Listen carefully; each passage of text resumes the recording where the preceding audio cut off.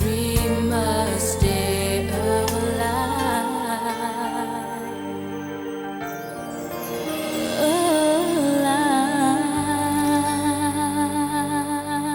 This guinea pig is resigning. Don't be stupid, Lex. Think of the power if it works. We can rule the world. You want it. You drink it.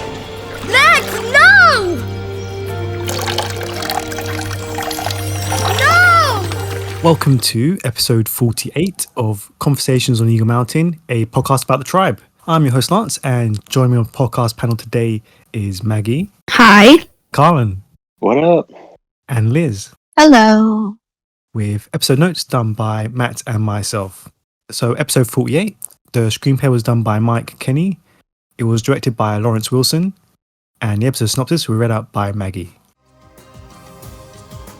Ebony seems to have won, having taken not only the antidote, but also Lex and Bray. But Amber's not giving Bray up so easily, and she embarks on a search for the Loco's hideout. Meanwhile, Jack attempts to access the facility's files with the help of KC, who fears that his time with the Mallrats is limited.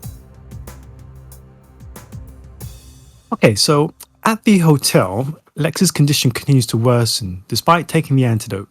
With the local leader herself rattled, it's easy enough for Lex to scare off his guard and escape captivity, eventually cornering her in the pool where he destroys the remaining antidote. Panel, a couple of questions, but first of all, what did you make of the interplay between Lex and Ebony throughout this whole episode? Is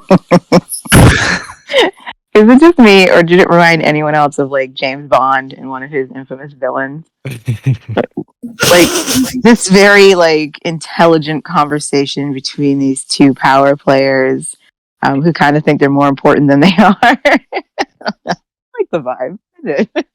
Nah, so see true, it. yeah. Yeah. It's very dramatic, the both of them, and that worked because they're both being a little over the top with this. Because, you know, I mean, if you step away from it, it's a little silly, but, you know, if you let yourself get into it, it's like, yeah, this is very serious, dramatic stuff that they're doing. And, I don't know, I think it works. I did too. And I wasn't surprised at all by Lex's, or what he decided to do.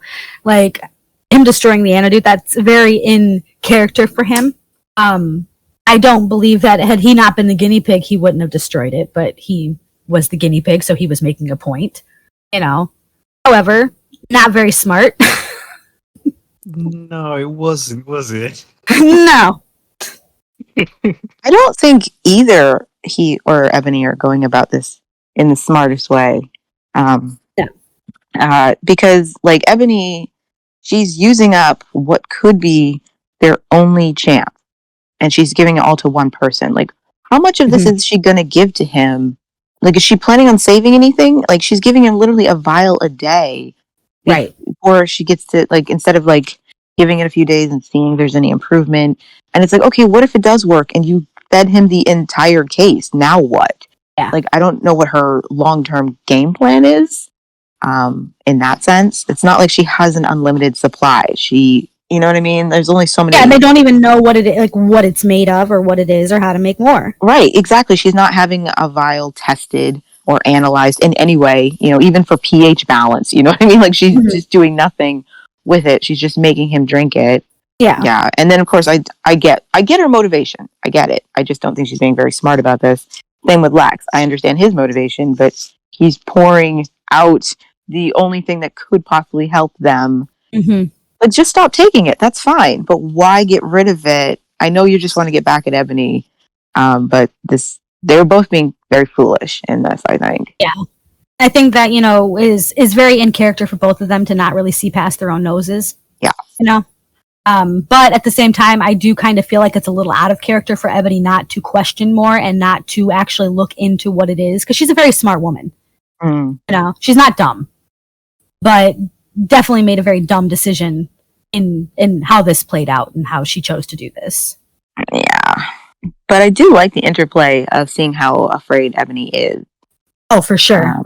I think that was all really well done at just how terrifying it would be to see him getting worse every day, not wanting to touch him, and the brave face Ebony's putting on for her goons, but she's shaking in her boots. Like, I really like that. Yep. I love it when we get to see those little bits of Ebony, like her the humanity. Yeah, the humanity peek through. Mm-hmm.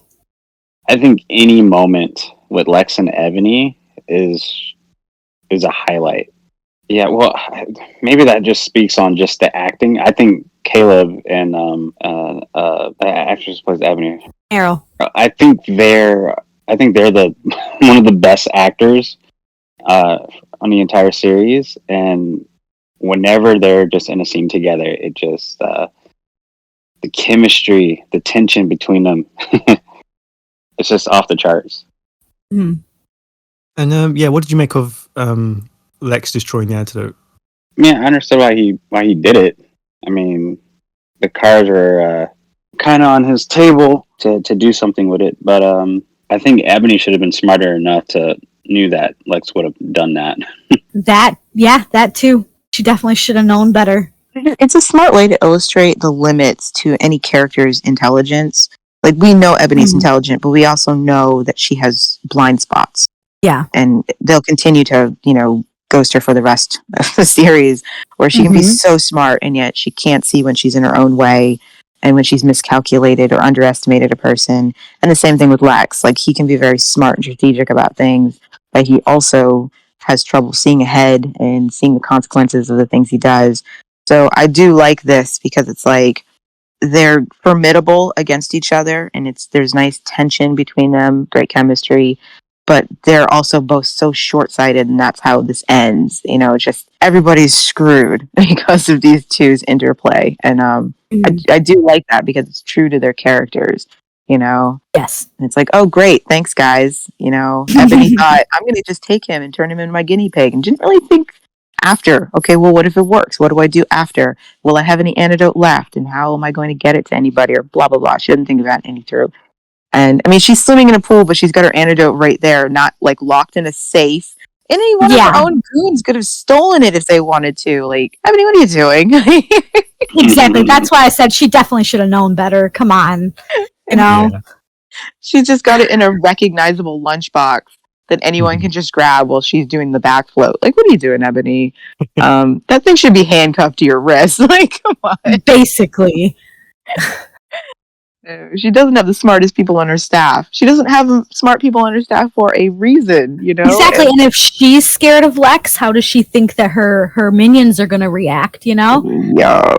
And so I do like this, it's a very realistic portrayal of the limits of their intelligence. Yeah. And it does still show, they're teenagers. Mm-hmm. They're still young, Think you're smarter than you actually are. Uh-huh. The look on her face when he pours it out. Oh yeah. She sure tried, and like I liked her telling him, we could control everything. Imagine the power, That's very Ebony. And then for Lex to be like, nah, screw you. I'll show you power. I have the power now, It's also that constant reminder that when you do people wrong, they don't forget you did them wrong, Yeah. And so, these two, it's just a back and forth of past grievances over and over again. Like, she didn't forget how he treated her in the mall when she was prisoner. He didn't forget how the Locos had treated him when he wanted to join them. So they're just constantly getting back at each other for crap they've done to each other in the past. Yeah, it shows how petty they both are, But I enjoy that about them both. Right. I think that's what makes them who they are. Yeah. And then, of course, when they might need the other person to cooperate with them, it's a lot harder because neither of them can ever forget, last time we tried to work together, you screwed me over, and then last time we worked together, I screwed you over, and just a circle for these two. and that's them not thinking about consequences. They never think about the consequences of their actions. Yeah. And then when those consequences face them, they're in their face. They're like, oh, I don't know. What happened? What did I do? Why are you being so unreasonable? Right. Why are you being mean to me? Oh. I do like how Ebony usually learns from her mistakes, though, because how she got Ray does to feed Lex the antidote later on. She does somewhat learn from, things, but sometimes, like in this instance, with having the antidote just sitting there, she definitely didn't think about how she's a survivor, but are people that are with her also to that same caliber? No. They'll turn on her. I mean, they did. Ebony does learn from her mistakes, but I would say her lessons are always sometimes the least important part of the lesson she should have learned. Yeah. You know, like she learns, she'll have an interaction with people and it'll go badly, and she'll learn just enough about that interaction. Like with Bray, she never quite really learns Bray. You know, she never quite gets him, even though she's so sure she knows him. She knows things about him, but she doesn't get it, you know? And so she makes the same mistakes with him over and over again. Like, she will learn, oh, this is how I can manipulate Bray to get what I want because I know him. But she never learns that manipulating Bray and betray him is never going to work in her favor. Mm-hmm. She will never learn that lesson. So I feel like when she does learn lessons, the lesson she takes from it is the one that benefits her the most, but not in the long term. It'll never benefit her in the long term. And it's always like the least important part of the lesson she should have learned. It's like, it'll give you an advantage in the short term. She learns that one, but she rarely ever learns the lesson to help herself in the long term. Yeah, she doesn't get the long-term consequences of what she's doing. Yeah. We'll see more of that in the end of beginning of season 2. What are you doing here? I want to help. You can. Leave, now! You're the reason we're in this mess. You brought them here. Not the locals. They had nothing to do with me. I'm supposed to be grateful for that, am I? You are a pathetic little kid playing games in a grown-up world, Casey. Just get out of my face! Okay, we need to talk about Amber. Do we, though? Oh, yes. Upset at Bray's disappearance, Amber reverts to her sulky, snap at everyone persona, with Casey getting the full brunt of it. Blaming him for everything that has happened, she tells him the most helpful thing he can do for the tribe is to leave. Yeah, panel. We understand what Amber's going through, but yeah, what did you make of her? I was like, okay, here we go again. You know, like, she loses her boy toy, so she's gonna take it out on everyone. Maybe she should just be single. This is confirmed that love is her kryptonite. Yes. And, yes. Yeah, it's... That's what I mean by maybe she should be single. Like, maybe she was onto something that she shouldn't even bother falling in love. Yeah. Because, good Lord. I mean, we saw her do it with Sasha, and we were like, okay, she gave up happiness. And you think maybe it's just a one-time off, but once Bray is not in the mall with her, she just, again, loses all productivity, ability to function and work with the group. And yeah, what is it with snapping at children when you're missing your love, Amber? That too. Like, I'm like, you just need to not talk to anybody below your age. Just stay in your room, Amber, until you know, like, does she really genuinely believe that Bray's just gone forever? He's just gone. I'm never going to see him again. Just gone. No, lady, he's in the same city as you. Yeah, I was able to defend her behavior with Sasha. I really was. Mm-hmm. I can't really defend it this time. Can't. No. Like, and Sasha Sasha was gone for good. The relationship was over. Yes. He was leaving. She was giving him up. Okay, that's devastating. Bray has just been taken by Ebony. Bray, who's like 2 feet taller than Ebony, who's gotten away from the locos before, who clearly can take care of himself on the street.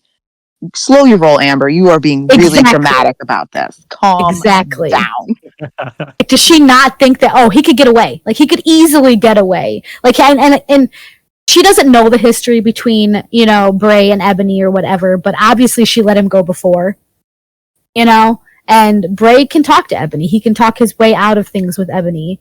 Yeah, she doesn't give him the benefit of the doubt at all that he might be able to handle the situation. Yeah, at all. Like, she loses all faith in him in that moment, and it's very disturbing to me because she should definitely know him better than that. He always comes back. As for screaming at Casey, I would defend it because, you know, she has reasons to be upset with Casey, except I can't because remember when it came out that he's the one who caused the whole water trial, see how easily she forgot all about that and didn't care what Casey had done. And now she's going to be pissed off at him. And it's like, you're just mad about Bray. You know, I don't think she would have snapped at him if Bray hadn't been taken by the locos. No. So for me, it just feels it's a little too late to be mad at Casey. All right. It feels a little too petty, in my opinion, and a little too selfish on Amber's part. You know, Because if she wanted to get rid of Casey, she would have gotten rid of Casey after the water thing. Exactly. And she literally did not care after the water trial that it was Casey. Right. So it's like, I don't think you're really mad at Casey for what he's done. You're mad your boyfriend got taken. Basically. So I'm just like, a teenage girl. Yeah, I can't justify her screaming at him. You know, it's like you could have screamed at him for something he truly did wrong rather than this, you know. And so I'm just like, whatever, Amber. Yeah, I agree. I think attacking Casey at that in that kind of manner is totally like way off. I definitely don't think he deserved that. And as far as her reaction to Bray being missing, this is just another point of her and Bray are not, you know, they're not the it couple of the entire Tribe series. Amber really comes off as super clingy in whatever relationship she's in, from Sasha to Bray to Jay.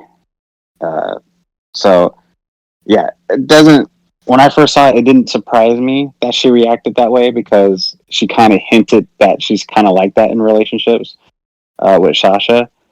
But yeah, she really does need to calm down and take a chill pill. And I think other people in the tribe, you see, there has to be that one person in the tribe that needs to hold her accountable for some of her actions as a leader. Well, they do in season 1, later seasons. Yeah. I mean, I think Casey just happened to be in the wrong place at the wrong time with Amber at that moment, you know? Yeah. We'll see next episode. She snaps at everybody. Yeah. Like, I mean, she's just, but then, you know, she's supposed to be this strong, independent, you know, functioning woman, right? But in this instance, it does show us that she is just a teenage girl. Mm-hmm. You know, she is. Like, deep down, she has the same feelings that a teenage girl would have, that Zandra would have, you know? Like, she's fallible. She's human. Yes.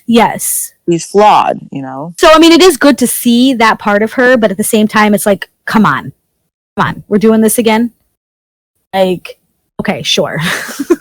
I also wonder if she only yelled at KC because she knew he wasn't going to do anything back. Oh, probably. Whereas if Taizan was in front of her, knowing what happened to Zandra. Yeah, like, I don't think she would have yelled at any of the older members of the tribe. You know, she wouldn't have done that. But, like, say, Chloe or Patsy or any of them, like, I feel like she would have taken it out on any of those three. She might have. I do think Casey was just in the wrong place at the wrong time, and he was an easy target. Yes, you know, because she could call him out for having done something wrong, you know. And it's like, Amber, you had time to actually be mad at Casey when it mattered, and now you're just taking out your frustration because of Bray. Yep. To be fair to Amber, I'm totally fine with her being concerned about Bray. For sure. You know, it's okay for her to be upset that her boyfriend, the person she cares about, has been taken by Ebony, who did threaten to throw him off a balcony. Yes. Be concerned. But, you know, this is just writing her over the top. Sometimes it feels that writers will, when they need something kind of dumb to happen or they just need to get the plot moving, they will take either a female character and have her act irrational about love, or a child and have them just do something stupid because they're kids, and it doesn't. Yeah, we've seen it happen, you know, with Trudy, with Celine. Yeah. It's very noticeable when they take a very rational character like Amber and have her act like this lunatic over her boyfriend just so things will happen. Okay, before I actually gush about Trudy, let's talk about that moment with Amber. Because, like, did anyone find it a bit weird that she wasn't open with Amber and told her about the history then and there with Ebony? Especially after everything she's been through. I don't think it's necessarily weird. She probably just didn't want to add any more turmoil to what Amber's probably already feeling. Right. Yeah. But at the same time, if she would have told her, you know, her history, would Amber have still wanted to find him? Like, I don't. That's a tough call there. I think that's a very tough call. One, I mean, it's not your. I don't think it's really anybody's right to tell someone else the dating history of a person. Yeah. Like, I don't feel like it's up to me to be like, oh, you're dating my friend? Well, let me tell you everybody they've dated and any issues they've had with them. I feel like Trudy's in a tight place. You know, Yeah. if she says, well, you know, Ebony and Bray dated before, she's only going to add to Amber's anxiety, which she clearly does not want to do. Exactly. And just because Ebony and Bray dated before doesn't mean anything. And you can see Trudy doesn't want to believe it means anything. So she's not trying to give Amber something to worry about. She tells her enough to calm her. Like, they knew each other and she'll never hurt him. I can tell you that. You know what I mean? Like, calm down. He's safe. But she knows Ebony wouldn't hurt Bray. The reasons she doesn't feel it's necessary to tell Amber, I think she's just afraid of making the situation worse while also being, you know, respectful to Bray and his privacy. If he wants to tell Amber he dated Ebony, that's his choice. That's not Amber's, and that's not Trudy's place to tell. And again, how would that help the situation? You really think in Amber's state of mind right now that finding out the woman who kidnapped her boyfriend dated him at one point? Yeah, no, that wouldn't have been good. And Trudy's thinking, I don't think that's the best thing for her to hear right now. I don't think that would help at all. I think this says a lot about Trudy as a character, you know, as a person, to protect Amber's feelings like that when Amber didn't protect hers. Right. She's trying to be a friend and thinking that wouldn't help. And it's not relevant. And, you know, Trudy's like, it's not really relevant. And it's also giving Bray the benefit of the doubt, you know, because she's not making any assumption that, oh, just because they dated before, Bray's going to run off with Ebony. You know what I mean? Like, it's not something you need to worry about, Amber. So I totally understand her not saying anything about it. And I don't think it was her responsibility to do so. No. I do think it's a little weird, you know, that she didn't say anything because Amber asked outright. But I think I agree with you. You know, she gave her enough information. That's really all she needed to hear, was that Ebony would never do anything to hurt him. Also, Amber's question is kind of ambiguous. Is there anything I need to know? Well, that's really up to, you know, does Trudy feel like she needs to know this? That's true, yeah. Trudy's like, I don't think you need to know they dated. I don't think that would help at all. And that maybe she's afraid that would cause conflict between Amber and Bray, and she's not trying to do that. You know, as hurt as she was that they got together, she doesn't wish either of them any maliciousness. And no. So yeah, I don't think it's fair that Trudy should have to bear the brunt of dealing with that. I don't either, but I do think it makes sense that Amber would ask her. Oh yeah, I mean, because it's not like Trudy's that good at subterfuge, you know. And they've known each other, obviously knew each other before the virus. So I mean, yeah, it makes sense that Amber would go to her, but maybe she should have not been so vague about that question. Well, you know, I mean, it's like you have Amber has a good question. Why would Ebony take Bray? What purpose does that serve? She's never shown a real interest in him before. It's not like she couldn't have kept Bray any other time. So yeah, it makes sense that Amber would be like, why did she take him? Like, what was the point of that? And, you know, Trudy's evasive. I don't know. That's the thing, though. You know, is it Trudy lying to her, or is it just her leaving out certain details? Does that still constitute lying? You know? I don't think it's lying. Because even with what Trudy knows, she's not sure why Ebony took Bray either. At this point. I feel like she knows. Come on. Knows. She knows that Ebony always wanted Bray. Yeah. You know? And Ebony always gets what Ebony wants. But Ebony also dumped Bray. Keep that in mind. She only dumped Bray for Martin because Martin had power. You know what I mean? But Trudy does not know that. Remember, Trudy doesn't know what Ebony's thinking. You know what I mean? For a while, Trudy thought Ebony was going to steal her baby.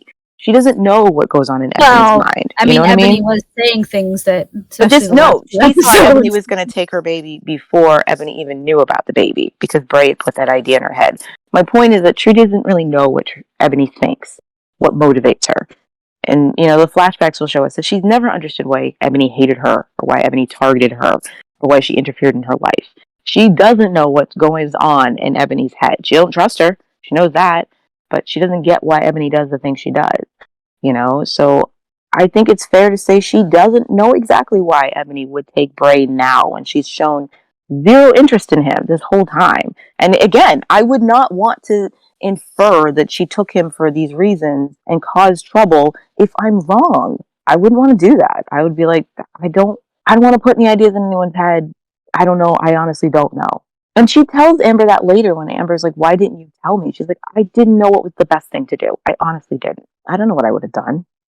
So, so Bray and Ebony, Did they really dated, or are we just saying I they're think dated because they just had sex? Because there's a difference.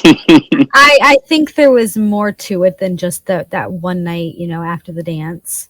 I mean, we see a picture later on, When I was think that they had taken? an actual relationship. Yeah, that's what I mean. Like, when was that Mhm. taken? And why would that be taken if they weren't in an actual relationship? Yeah.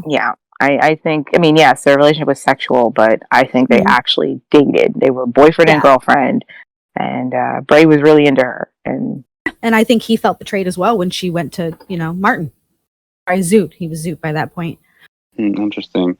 Yeah, I think they never felt like a couple to me. I felt like they had just such great chemistry, and it's one of those things that's like, oh, this should have happened, but it felt like it just never did. Yeah. I don't feel like Bray would have such animosity towards her had something not happened. Like, did she break his heart? You know what I mean? His relationship to Ebony is so complicated that, Yes. yeah, it just, that's not just some person who is casually in his life. No. They had something. They shared something. She betrayed him. She broke his heart. He has acted as nothing more than a bitter ex-boyfriend to her since they started communicating. Yep. Yeah, and then as far as the whole Trudy and Amber thing, I agree. I think it's not Trudy's place to talk about, someone else's relationship or two other people's relationship that happened in the past. And then second, it would make no sense for for Trudy to even tell her what happened to them in the past, especially if Amber can be honest with Trudy about being in a relationship with Bray. So I mean, Trudy can be a petty person and she can hold a grudge, but I think she's better than that. right, but I wouldn't. But if she would have not answered because she wanted to hold that grudge, she's like, "Well, I don't really want to see your relationship work out." I wouldn't have been mad at that. I wouldn't have been mad at that either, but it's just I don't feel like that's necessarily in her character to do that. Because I think she does want to see other people be happy. Trudy is always fighting to be her better angels. Yes, exactly. Like, she wants to be a better person. But I get what you're saying, Carlin, that if she Yeah, had I do chosen to be too. petty, then you don't feel like that would have been wrong. No, I mean, I agree. Like, I absolutely 100% agree with that. She doesn't owe either of these two anything at this point. It's like, your relationship, your business. I don't want any part in it. No, but I don't think that was what it was, Yeah, I think Trudy was just like, I don't know what's the best thing to say without causing trouble. I don't want to hurt anybody. I don't want to get anyone into any trouble. And I don't want to bring up a past that may not be relevant. And you know what I mean? Like, just know that I know he won't be hurt. I know Ebony won't hurt him. Just, we talk about this past, you know what I mean? But, like, if you think about it, it really wasn't that long ago. For teenagers, it was. I know, for teenagers. Like, it was a whole year ago. That was a million years ago. Yeah, you're right. It wasn't that long ago. So, like, if their relationship was a thing and it was right before, all the adults actually died, because you see them together at the dance and the adults are wearing masks, right? Later on, right? Yeah. Like, so it could still be fresh. Like, the pain or whatever hurt they both felt. Like, because Bray definitely, like you said, sounds like a scorned ex-boyfriend. I mean, it can be fresh, but with all the trauma and different emotional stress factors that these teenagers have been going through, it could possibly be ages. Time is relative depending on how you feel about it. There was this movie I love, this joke in it, where this couple, they broke up 8 months ago, and depending on who they're talking to, they act like 8 months is either forever or a very short time ago. So in one situation, they want to talk about the relationship. The girl wants everyone to remember her ex-boyfriend. She's like, remember my ex-boyfriend, Eric? And her friend's like, I don't remember. She's like, Hillary, it was only 8 months ago. But then when he's talking to her and asking about their relationship, she's like, who remembers? It was 8 months ago. So I do think that can play a part. A year, depending on what you're feeling, could feel like, if Bray had to explain his relationship to Amber, that he dated Ebony, I'm sure he would be like, dude, it was a year ago, Amber. Yes. But if he's talking to Ebony about how she hurt him, it's like, Ebony, it was only a year ago. You know what I mean? So yeah. I think it just really depends on what you're feeling and who you're conveying it to, whether or not a year is a long time. And, like, teenagers process things a heck of a lot different than adults do. So, I mean, it's a tricky situation for both of them, I think. But it also it comes down to the writers being kind of wishy-washy with how important the past is. because it's like they forget. They bring up these things from these kids' past, but they do forget how much time would have passed and how, these kids would have processed these things a lot faster. So sometimes they treat these things as though they legit just happened before the show started. You know what I mean? And forget that, Trudy and Bray were together alone for months and months and months, but they act as though they've never discussed anything in their relationship. And so sometimes I feel like the writers forget how time works and how things process, and will treat an event that happened a long time ago as though it just happened. And you'll notice this going forward in the show. We'll meet new characters, like all the way in season 5, who still behave as though the virus just happened, even though it's been years at this point, and they haven't done anything since the virus happened. They haven't had anything happen to them. It's like, oh, there was the virus, and now I'm here in season 5, and it's like, what were you doing through the other 4 seasons? What happened to you? And there is nothing, because they just poofed into existence. So that could just be a writer problem. It could be. I mean, it is kind of weird. I agree. I think the whole time and space thing of this show is pretty off, but I think all it would have took was just a few flashbacks episodes, or more flashback episodes. More flashbacks, that they gave us. Yeah, I agree. I would like to see more flashbacks, for sure. Do we even know how many years have we come to a collective agreement on how many years it was from season 1 to season 5? I count Brady. I say 3 years. That's what I'm saying, 3. I usually say 3 as well. Since Brady aged like 5 years in a count of 2 days, maybe longer. But she was only 3 at the end of season 5. At the age of 5. She's like 3 years old. And it was the same baby from season 3 to season 5. Yes. So, I'm just going to say 3 years passed, because one episode, that baby aged like 2 years. Well, yeah. I mean, and then she would go from being older to being younger to being older, and then they got an actual actress to play her. In season 3, they settled down on one little actress to play the baby, and they stuck with her all the way to season 5. And she's crawling in season 3, and she's like 3 years old in season 5. Yeah, she can't be any older than 3 at the end of season 5 for sure. Like, at best, I might push it to 4, just at best, but I'm not going further than that with her. Yeah. But I mean, that's just my headcanon, my general, to make sense of things, because that's the way I see it too. Yeah, hers is really one of the only ages I can bury it on, because the virus started when her mother conceived her, Yeah. But I mean, if someone else wants to say that, the show's not consistent. I mean, look at the flashback of Slade and his brother. Like, how many years ago was my that? God. Oh, Mega, you had such a glow up. Like, was that 10 years ago? So, I mean, not even, it's just, they don't even look alike either. It's just so... Well, that's time. Mm-hmm. Get your hands on a hot plate, and 30 seconds could feel like 30 minutes. Get your hands on a hot mate, and 30 minutes can feel like 30 seconds. Uh-huh. Back to season 1. Let's go back to Trudy again, because what did everyone think of her, despite the Amber talk? What do you think of her in this episode? Because she continues to kind of be like the heart of the tribe, and reinforces the sentiment that this is still their home and they can all start again. What'd you make of her? I loved her this episode. I really did. And I love, because it seems like every episode we see more and more of her growth, and more of her coming out of the Trudy that we knew in the beginning. And it's just good to see. It's so good to see. I think Heart of the Tribe is a very good descriptor of what she has been, since she came out of her really dark space. Just the true content of her character. She does care about people. She wants the best for them. She wants to be a good person. And she fights very hard to be the best version of herself as possible. And I know people, it sticks in their head what she was like in the first few weeks. I get that, But she's proven to us that was a fluke for her. That was a really extreme period of time she was going through. But this is who she really is, And it's really beautiful. She's fighting for everyone and being a calm center for everyone. And that emotional, what do they call it? Like emotional labor should not be discounted, No.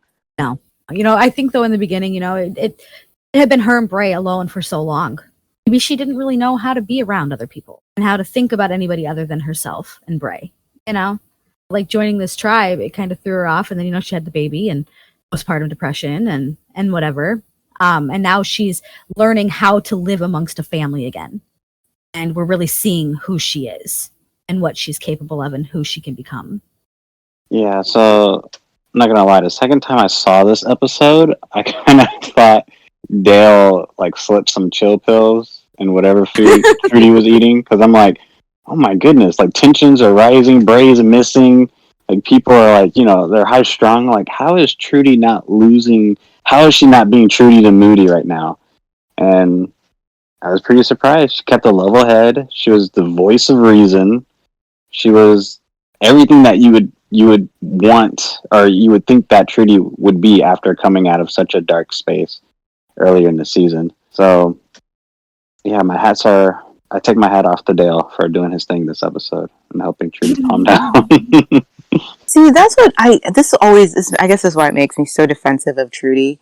People have assigned her these personality quirks without ever actually focusing on when those sides of Trudy actually come out. Yeah.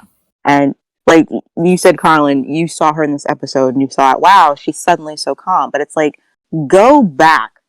She's been this way for a while. This isn't suddenly a new Trudy where she's being calm, the calm center, and being rational. She's been this way for a long time.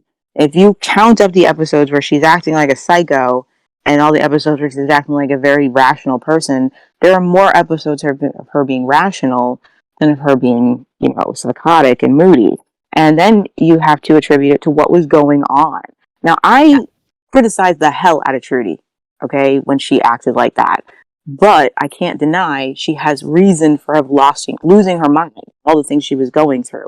I can't say anybody else would have acted any better, given her age and the situation she was in.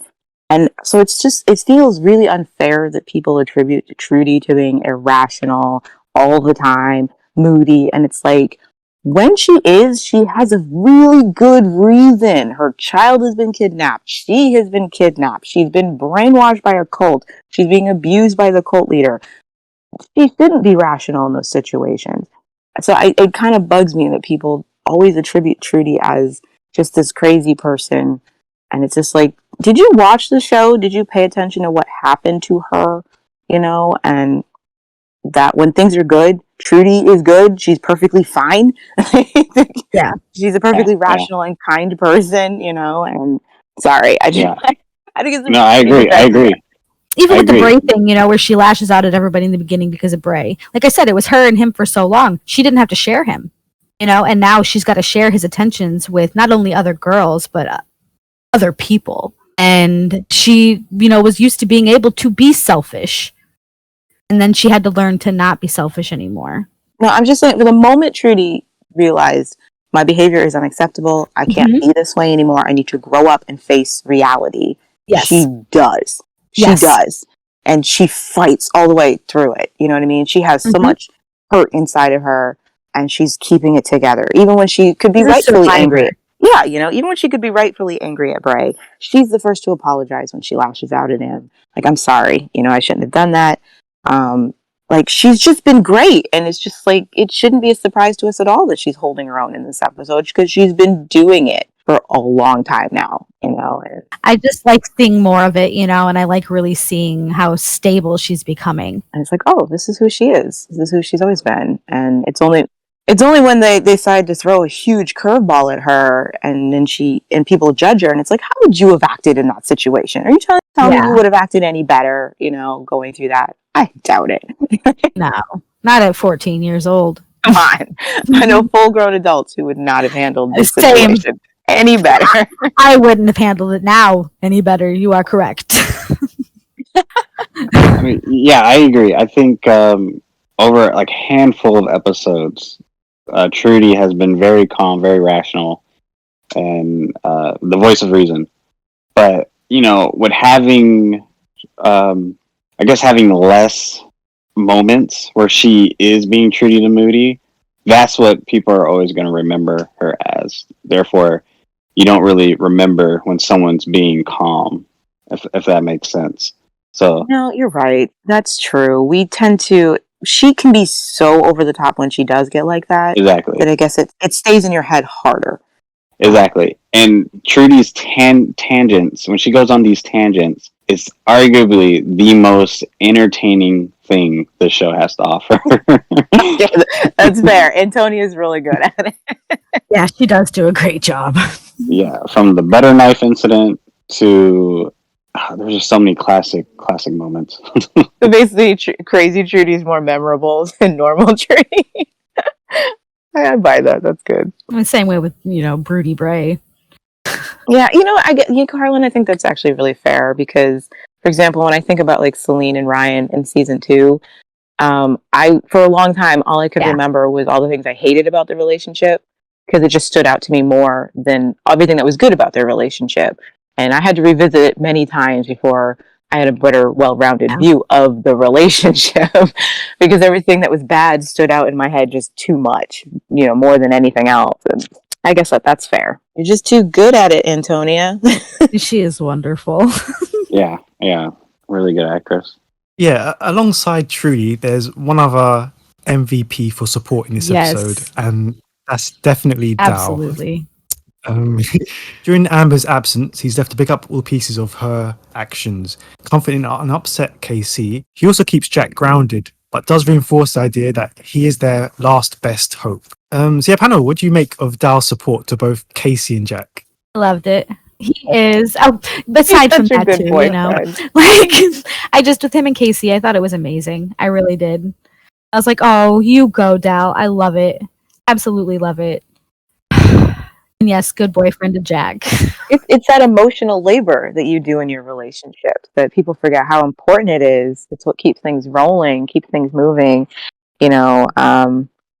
I love the way he explains the Amber situation to Casey. Like, he doesn't get mad at Amber. He's just very rational about the situation. She's upset, and she can't. And also, I love the fact he tells him that's not how we do things here. Amber couldn't just throw you out, even if she really wanted to. We vote people in, and that was Amber's idea.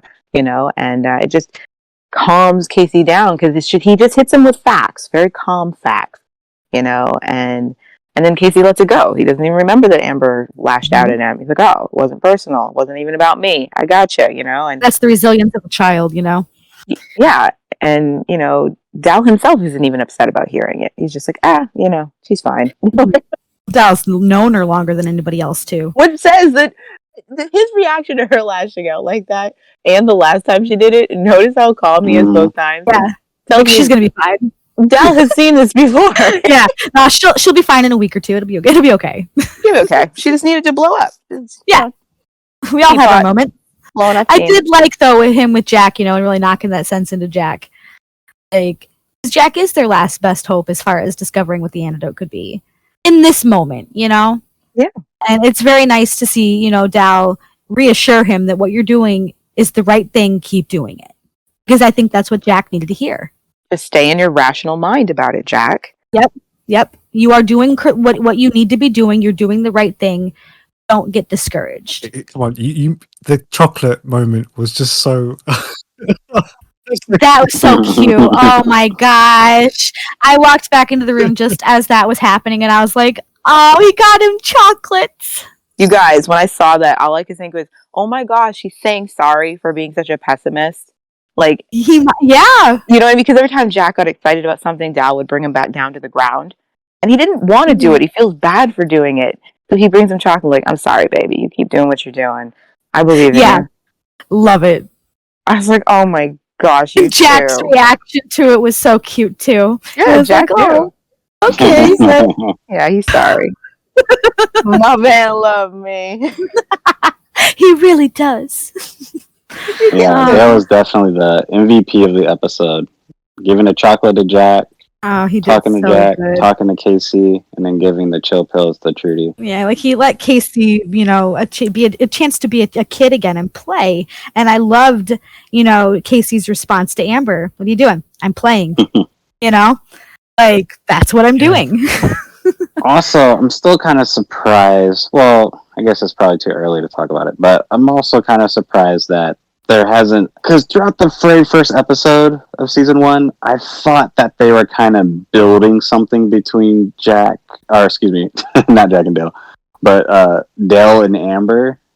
You know what I mean? Like, I thought there was going to be that kind of brother-sister relationship, but then he wants more, and then he gets rejected, but that just never happened. I've read things where that's not entirely incorrect. I can see that. Yeah, so I just think it's very interesting that obviously Dale is her friend. He's always going to be supportive. He's always going to help her in that sense. But I don't think well, at least maybe I don't remember. I just don't see him, just being angry at her at once or having any type of like other emotions towards her rather than happy.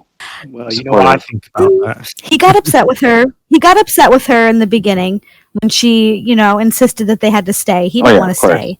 They were supposed to leave. He was upset with her for that. He was upset when he left with Trudy, because it was supposed to be him and Amber. It wasn't supposed to be him and Trudy. So I don't think that's entirely true. I feel like Dale looked at Trudy at that moment, and he's like, "You're the new Amber now. Let's go." Basically, yeah, we gotta go. Dal is just he's a very calm person. He's very measured. It takes a lot to upset Dal, and even then it's only in very small bursts, and then he's immediately over it. Like, he might raise his voice and be like, "Hey," he might have to slap Jack, and then he's done. He's over it. It doesn't stay with him. Nothing festers. Yeah, and I see a lot of him raising his voice, and then in this, "Oh, I'm sorry, I had to do that." Yeah. And I do think that's why he can be friends with someone as forceful as Amber, or as as spastic as Jack, because he's the calm center of them. Yes. And he's just an even-keeled person. Yep. He has shown anger at Amber, but it just, like I said, with Dal, his frustration with people does not fester. He doesn't hold on to things. He has it, and he processes it very quickly, and then moves the frick on. He is the king of letting things roll off his shoulders. Oh my goodness, like water off a duck's back. I wish I could be that laid back. I do it's too. All those chill pills. He never holds a grudge. Even if someone brings up a grudge that he could hold, he's just like, that happened yesterday. Yeah, like the Ebony thing. You should have stayed with me. You would have been better as a slave, Yeah, he's not even annoyed. Yeah. Yeah. Well, I'm glad I didn't. But he's not even upset. Basically. He wasn't even upset when he was on the save block. He was just like, no. This might as well happen. No, this sounds about right. Exactly. When Casey comes to him saying that, Amber, she's thinking of kicking me, says she's going to kick me out from Tribe Circus, Dal doesn't even take a moment to actually be annoyed about the Tribe Circus thing. He's like, "Oh yeah, this morning when we almost all burnt to death." Right. Yeah, but she won't, because we'd have to vote you out. So don't worry about it, kid. Let's play with helicopters. And it's like, geez, Dal. Play with helicopters. Love it. Yeah, so I think that's part of what makes his relationships work with these strong personalities, is that everything bounces off Dal. Yeah, and it's not that they're walking all over him either. Because he doesn't allow that. He'll stand up for himself if he needs to. Yeah. But he's cool with them controlling the situation, because that's what they do. That's who they are, and this is who he is. Yeah, but he's a little too cool at it. I don't think I've ever seen anyone on this series that has been so friend zoned as Dale. I think he got over that crush or whatever he may have had on Amber quickly. Because you saw how happy he was for him and for her and Bray. He was like, "Oh right, that's awesome. I love that." There was only one moment where I thought that Dal might have had deeper feelings for Amber, and that's when Sasha first expresses that he has feelings for Amber, and he asks Dal, he's like, "Is that okay with you?" And Dal's like, "Yes, no, I don't know." And you see, that's the only time Dal seems to be in conflict as to what he feels for Amber. And then he says, "Look, she means a lot to me. She's like a sister. Just don't mess with her." And so that's as close as I feel like they ever really get to playing with the idea that Dal wanted more with Amber. Maybe there was something before that, the show started. I don't remember where I read this at. It was either I heard it from someone about one of the books, or it was a pre-Tribe story. But right, there was supposed to have been more. Yeah, but as far as the show goes, they don't really dabble with that. Exactly. And as Lance would say, they didn't even do a Oh good my job god, portraying I was the going to mention it. friendship. Yeah, So. they didn't have any friendship No. anyway, so it doesn't matter. I know, but like I'm trying to justify that as okay. It was just the two of them. They only had the two of them. Now they have this whole family, and Dal can branch out and get other friends. You know, like that's how I'm justifying that. You know, he doesn't need Amber like that anymore because he's got other people. Well, you know what? You can blame Amber for their friendship and why their chemistry is so off. Because it always seemed like Dale wanted to be closer friends, but as soon as Amber took one look at Bray for the first time, it was over. Yeah, but I think that was more, had to do with the fact that he had always still trying to accept the fact Yeah. that they were stuck there. She wasn't going to leave that mall. She wasn't going to leave those kids. And then, Bray comes in, and then all of a sudden, this is really not going to happen now. We're here. This is where we're living now. She just wanted any other friendship than Dal. Let's just admit Mm-hmm. Okay, I gotta Okay. defend this friendship. Even though I actually agree with Lance. I don't think the show does a great job portraying these guys as friends because, like I said, they don't have any shared hobbies or shared interests. They don't even spend time together, like telling jokes. Like they don't do anything together. But some friendships can be that way. My best friend of the last 25 years is someone that I see maybe 3 times a year, if that. And it's not because she lives far away. And it's not, there's no impediment to us seeing each other except that I don't socialize that way. And she completely understands that. My best friend spends more time with everybody in the world but me. She still considers me her best friend. that's the same that I am with my same best here. friend as well. She knows it's almost impossible to get me to come out. Like we will make time for each other 4 times a year where it's like I will go out of my way to go see her or she will come see me, and she gets that about me. And that's the way we've just always been. Even in high school, 4 years of high school as friends, we didn't hang out. We didn't go out. And we were friends though. We just got each other. If I need her, I can just call her up and be like, I need you, and she's there. If she needs me, Yeah. I'm there. But we just don't need to be in each other's life on a daily basis. We know we're okay. So I can say there are weird friendships like that. And I've had one for, the quarter of a century where that is just the norm for us. And I'm not exaggerating. She is my best friend in the world. She knows me almost better than anybody. And I don't ever see her. Yeah, mine lives 20 minutes from me. 20 minutes from my house, Yeah, and I'm she's like "Wow." a half hour from me. I know I could show up anytime. I love you, Patty, but I love you. Right. I could show up at her door anytime. I could be like, I need your couch to sleep on, or sweetie, I need a night out. Boom. She would drop everything for me. If she needed me, I'd do the same thing. We're just different. We like different things. We want to do different things. She's very active. She likes to go out. She's like an Amber. She's assertive. She's out there in the world. And I'm a Dow. I just want, leave me alone. Yeah. Let me have my little private project to go away. And we just get that about each other. So it is possible to have friendships like that can still be really close, even though on the outside they don't look like they even exist. Just saying. Yeah, I completely buy that. But just not between Amber and Dal at all. Not between these two. Do It's not those see two. it. No, I refuse. Oh, we see them a little closer later on. I won't lie. They could have done better with the moments when they are together to cement what it is that makes these two click. And I admit, they don't really do that. That's true. I'm going to give that to you, Lance, because I get it. I understand. You can have this one. You win. Just never bought that friendship. That's my favorite running joke of yours, Lance. I love it. Mhm. Makes me giggle every time, especially anytime that like Amber and Dal's relationship is emphasized on the show. I'm like, come on, say it, Lance. I never believed in their friendship in the first place. It's like the writers suddenly remember, oh yeah, they're friends. Okay, let's do a quick scene. It's like, okay, yeah. Whatever. Yes, that is true. That is so true. It doesn't help that they both have better chemistry with everybody else, even Bob. How's it going? I'm stuck again. These files have got some sort of new password. What have you tried? Virus, antidote, formula, apocalypse, Armageddon, everything.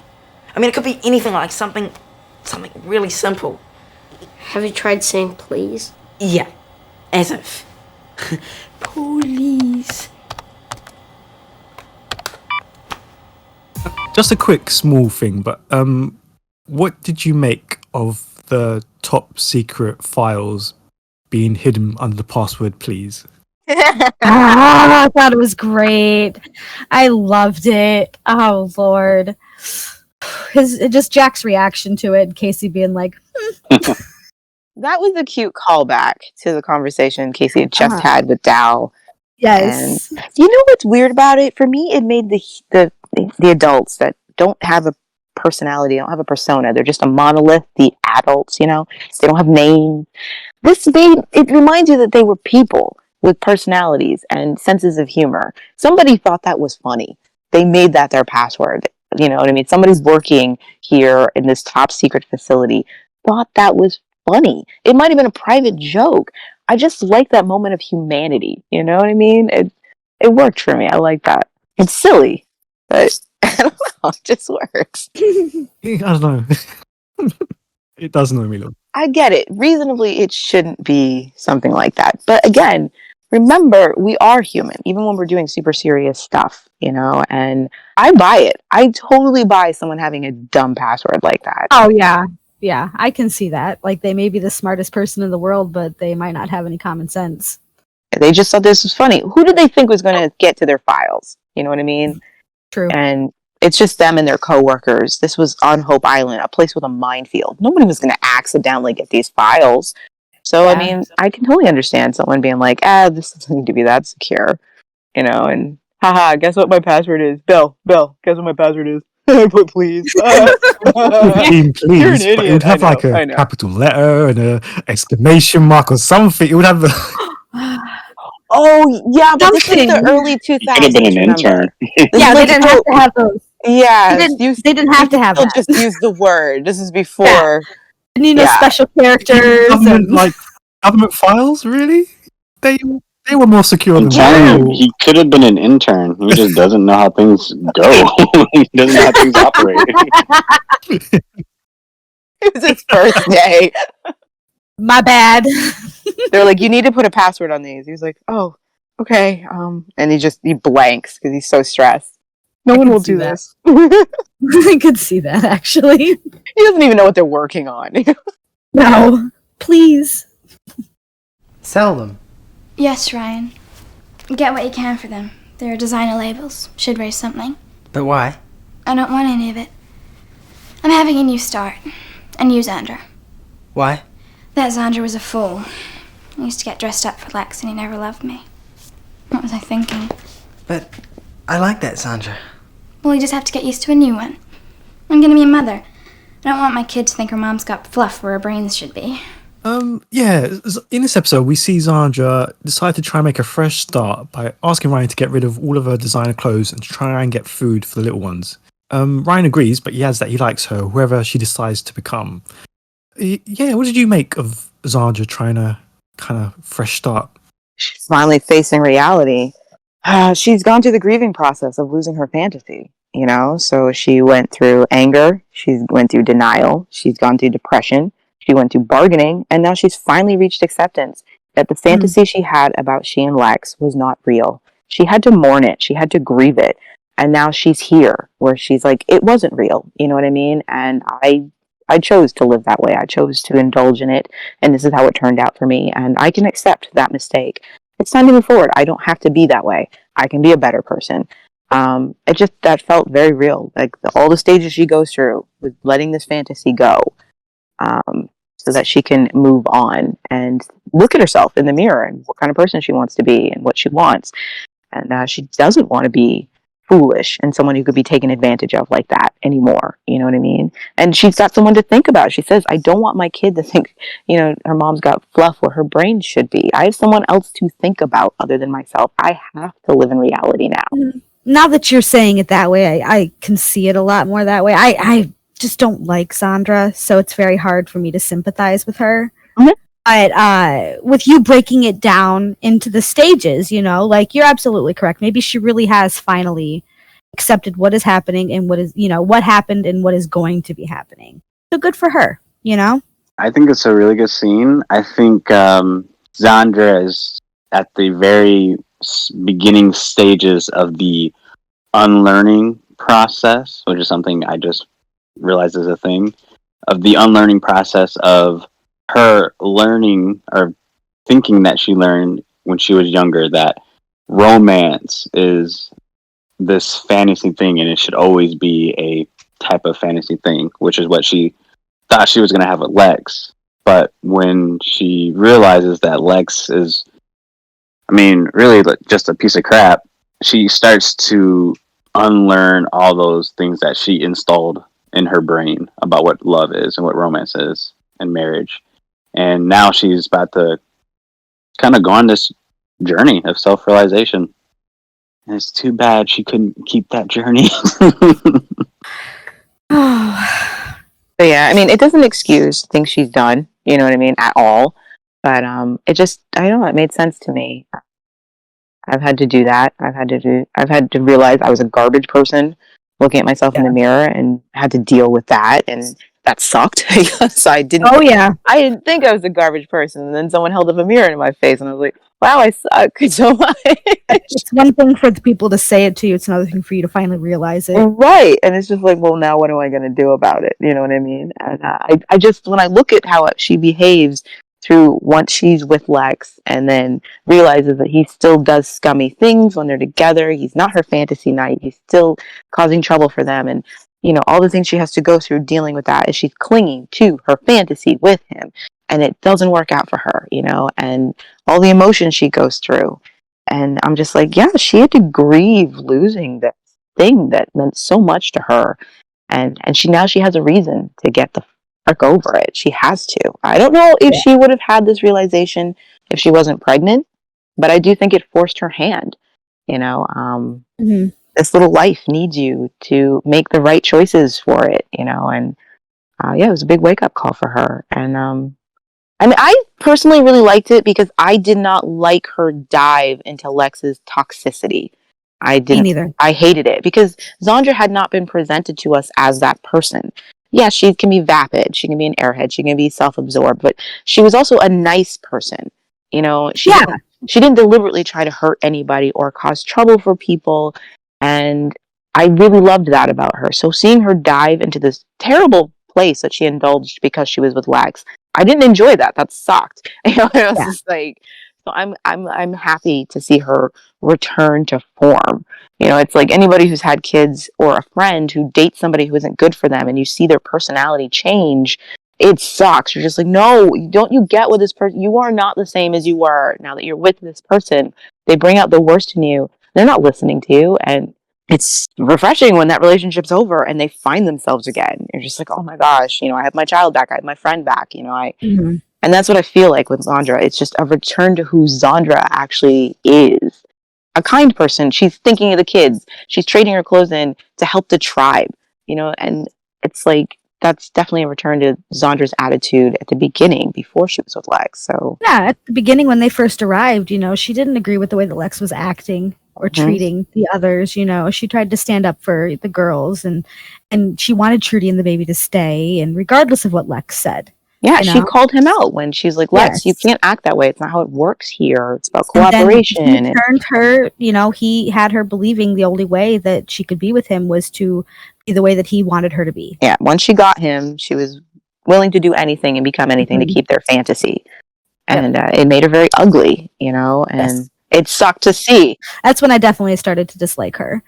I was listening to you and Carlin, or was it Sabine and Carlin, talking about her, and I wasn't there for the podcast. I was listening to it, and I was just like, I was good thing I wasn't there for that conversation because Zandra's behavior made me so angry. And like, I hate that she's turning into this person because she's so in love with Lex, you know, and I'm happy she's done with her journey. I'm sorry she had to go through it. It sucks for everybody to have to go through that. But I'm glad it's the return to the Zandra that I enjoy. Yeah, I agree. I'm happy. And she's a little bit wiser. I'm happy that she's at the end of this journey as well. But it also goes to show you how universal the show is and how, you know, what Zandra went through is what majority of people go through in relationships. And we'll definitely see this again, especially with Ryan and Celine. I agree. Absolutely. Speaking of Celine, with the food situation getting desperate, we see her give up her emergency binge stash, explain to Tysan that she no longer needs it. Her belief in herself has cured her of her bulimia, and she thinks that Tysan has done the same for the virus. Yeah, panel, what do you think of Celine's growth here? And like, do you believe it is something that sets the scene later for her interactions with the Chosen? Oh, absolutely. I mean, I think it was great of her. I think it was wonderful that she was able to feel so confident in herself that she didn't need that food, that she could finally, give it up. But for her to put the belief that she has into Tysan, it's scary. I actually agree with you, Maggie. I don't know if the writers meant it, but the scene goes from this beautiful, life-affirming moment of Celine believing in herself enough that she's been able to conquer her binging and her purging, and she doesn't need that anymore. That's beautiful. But the minute you realize, like, when she starts saying that, I believe you cured yourself, it takes her belief into a dangerous territory. Yes, it does. It's a little, like, yes, belief is beautiful, but when people desperately need to believe in something, they might believe in anything. And yeah. Yeah, so I agree. There's something a little askew. It's almost like a Dutch angle suddenly. Like, oh, should I still feel happy about that, or maybe it's just me? See, had we not already seen the rest of the show, would we feel that way? Exactly. Would we see that warning sign? No, but now that we've seen that show, so we can see the prelude to what comes in the future. Yeah, but I would say it's a lot better to put up with someone who believes in a lot of different stuff than someone who just doesn't believe in anything at all. Yes, but when those beliefs, go into a dangerous territory, like, I'm sorry, Tysan's did with Lex. You know what I mean? That's dangerous. That's messing with someone's life. Like, that's where it gets scary and where I draw the line. Yeah, I agree. I think belief is a double-edged sword. I think it's important to believe, but when you believe so hard that you wreck critical thinking, Tysan does not give her advice to Lex with any malicious thought. No. Tysan truly believes this will help him. She believes this. She thinks she's helping him. You know what I mean? And Lex blindly follows that belief because he actually trusts and admires Tysan. He does. He does. And see how dangerous it was because she didn't cure herself of the virus. And if he'd continued down her path, he would have died because of this belief in her and what she was able to do. So even though Tysan did not mean any harm, Maggie's right. That belief borders on dangerous. It can get people killed, even though that was not Tysan's intention. And so believing in something as so innocent as Tysan cured herself is a gateway to believing in the frickin' Chosen. You know what I mean? Like, I do get it. I don't know if that's where they were going, because I don't think they'd come up with the Chosen at this point, but I do think it's just an interesting thought piece about belief and critical thought. I do think it's a sweet moment, though, between Celine and Tysan. I will say, though, when Celine said it was her her stash that she had in the sewer, I'm like, but why didn't the rats get it? It's just in a box. Me too! I was like, a book bag. They got the other one. They stole the tins before. What's going on? How'd this survive? They eat all the rats already? Like, that's why I'm like, I was like, I know what those rats are like. They're like lawnmowers. Yeah. That box should be shredded. That box of chocolate, that thing of chocolate there shouldn't exist. They should have rolled the tins away. Yes. But continuity aside, it's a beautiful moment. It really is. I'm just really glad I wasn't the only one that had that thought. That was my first thought. I was like, how come the rats didn't get it, Celine? That was my first thought, too. I'm like, oh, okay. He hung it up in the air like you would with bears. I know. I'm like, did she put it up somewhere? But can't rats get anywhere they want to go? Like, this, no. Okay. See, that rat scene ruined everything. I know.